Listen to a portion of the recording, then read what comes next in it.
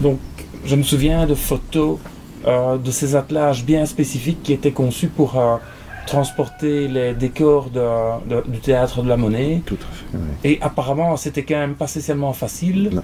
Donc, quelle est l'anecdote? Donc, c'était des véhicules qui faisaient une hauteur de 4 mètres et qui étaient à peu près à 50 cm du sol.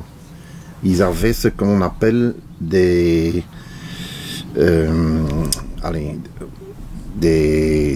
non pas des timons, mais où les roues viennent dessus. Les axes? Les axes étaient en U. Ok. Et ça, on appelait système anversois. Donc, ça rabaissait complètement le véhicule, quoi, la tapissière. Et un jour, pendant la guerre, aux abords du bois de la Cambre, il y avait énormément de vent et il y a une de ces charrettes qui avait basculé avec le vent. Oui, puisqu'elle avait un décor qui faisait cette hauteur de 4 mètres. Et en fait, ce décor était assez léger, puisqu'ils étaient sur des toiles peintes, des toiles tendues sur des encadrements en bois.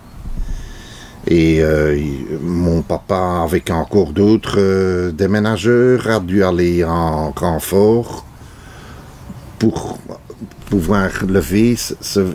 Il s'était amarré dans les arbres et ils ont su relever cette charrette, quoi. Et je pense que tout ce travail de la Monnaie, c'était à un moment donné un chantier ou un travail important, quoi. Oui. Donc, tous les jours. C'est-à-dire que dans le temps, les déménageurs, en fait, les agents intérim n'existaient pas.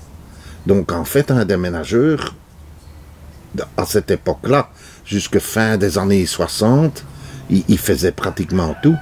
Il y avait 3 déménageurs qui allaient dans les archives, dans les banques, pour la destruction d'actions ou d'autres documents spéciaux.